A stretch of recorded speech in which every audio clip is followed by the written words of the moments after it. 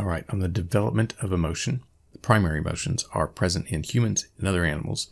In humans, they appear in the first 6 months. And so these primary emotions are going to include surprise, interest, joy, anger, sadness, and fear, and disgust. And so these emotions transcend culture. So you will find all of these emotions in all cultures on the planet. And related to this, there was a guy named Paul Ekman that did research on this, the idea that primary emotions, that all cultures have them and that they express them in the same way. Like everyone smiles. In all cultures, they have smiles, they have frowns.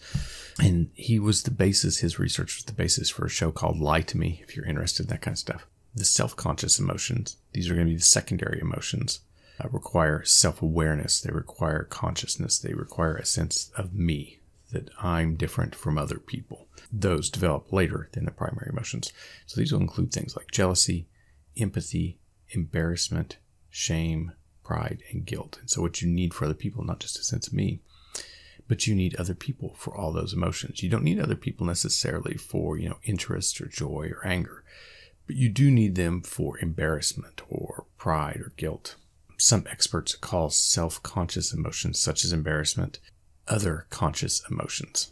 Again, you need other people.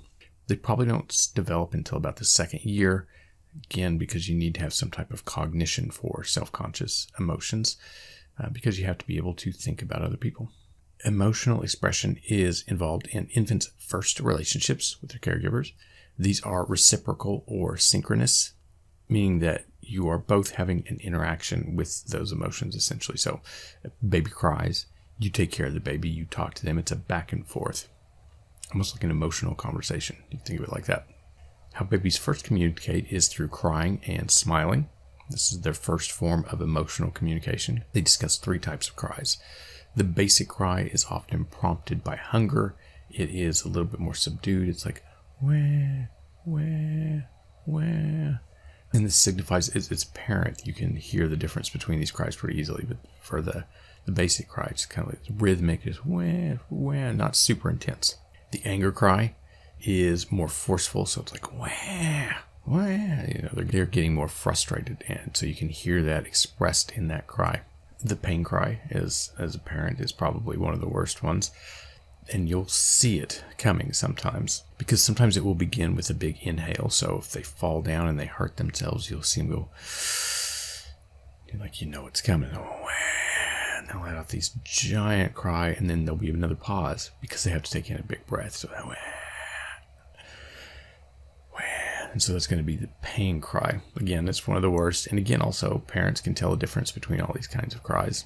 On the smiling, they talk about 2 different kinds. The reflexive smile, which doesn't occur because of stimulus. They just kind of smile. The social smile, the other one, occurs in response to a stimulus. And so this will happen about 4 to 6 weeks after they've been born. And a lot of times this is going to be in response to a caregiver's voice. You walk into the room, you say something, it makes them smile.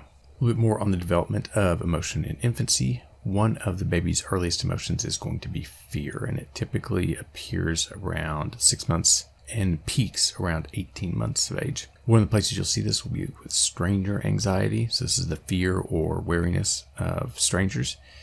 It emerges gradually, first appearing at about 6 months of age, and then again it peaks. It can be less depending on the circumstance. So there's going to be less stranger anxiety in their own house compared to outside their house. Or if they're like close to their mother, basically, do they feel secure? If they feel secure, they're going to have less stranger anxiety compared to if they're in a weird environment, they're not around their mom. Separation protest, this is going to be crying when the caregiver leaves. The place that you'll see this a lot will be at the daycare during drop-off. So it's almost just best to just drop them off and go, because if you stay, it's just going to make it worse. And this tends to peak around 15 months with U.S. infants. During the first year, the infant will gradually develop an ability to inhibit or minimize the intensity and duration of their emotional responses. Basically, they'll learn to self-soothe. One of the ways they do this is they will suck on their thumb. Leif has a little bit of an interesting one. He pulls on his lip. That's the way he self-soothes. He doesn't suck his thumb. Never had a pacifier or anything like that, but he'll pull on his lip to self-soothe. They mostly, though, for self-soothing, they will rely on the caregivers. In the context are obviously going to influence the emotional regulation. We talked a little bit about that with the stranger anxiety. But it's going to depend on other things too. When It's just like you. So emotions are going to be affected by how tired they are, how hungry they are, the time of day, the people they're around, where they're at. If you have a kid that hasn't had anything to eat and they're tired, they didn't get enough sleep, they're going to have emotional outbursts essentially.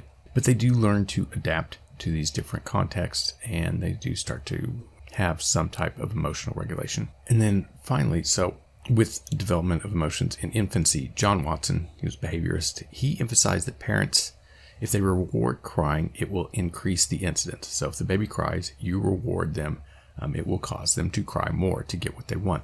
This was in the late 20s, 30s. Mary Ainsworth, she came along in the late 70s, early 80s, and John Bowlby in the 80s as well, stress that you cannot respond too much to an infant's crying in the first year of life. So in the first year of life, if the baby is crying, you need to attend, according to them, you need to attend to their needs and try to soothe them because they don't have the ability to soothe themselves. Some developmentalists now suggest that responding to a crying infant increases a sense of trust and a secure attachment. So for the first year, pretty much you want to try to soothe them every time that they're crying. After the first year, you're hoping that they're starting to develop some ability to self-soothe. Just kind of a side note, there is a difference between crying and crying. So there's some, especially after the first year, there is some whining. And so that's something that they need to learn how to self-soothe. Maybe they don't have the toy they want. They didn't get the food that they want. That's going to be whining. And that's something that they need to learn how to control. Obviously, if they fall down and hurt themselves, you need to be there to help them soothe. And so this kind of goes back to an earlier thing we talked about, sleep training. So some people won't do sleep training until after the first year, and this is one of the reasons why, because of what people like Ainsworth and Bowlby said. If people do that before the first year, just as a side note, again, sleep training is not about putting the baby in the room and letting them cry it out. Cry it out is not the thing that people do anymore. You put them in the room, you let them cry for a few minutes, and then you go in and reassure them, and you kind of go back and forth until they do fall asleep. All right, that's emotional development in infancy. We're going to talk about early childhood in the next set of slides.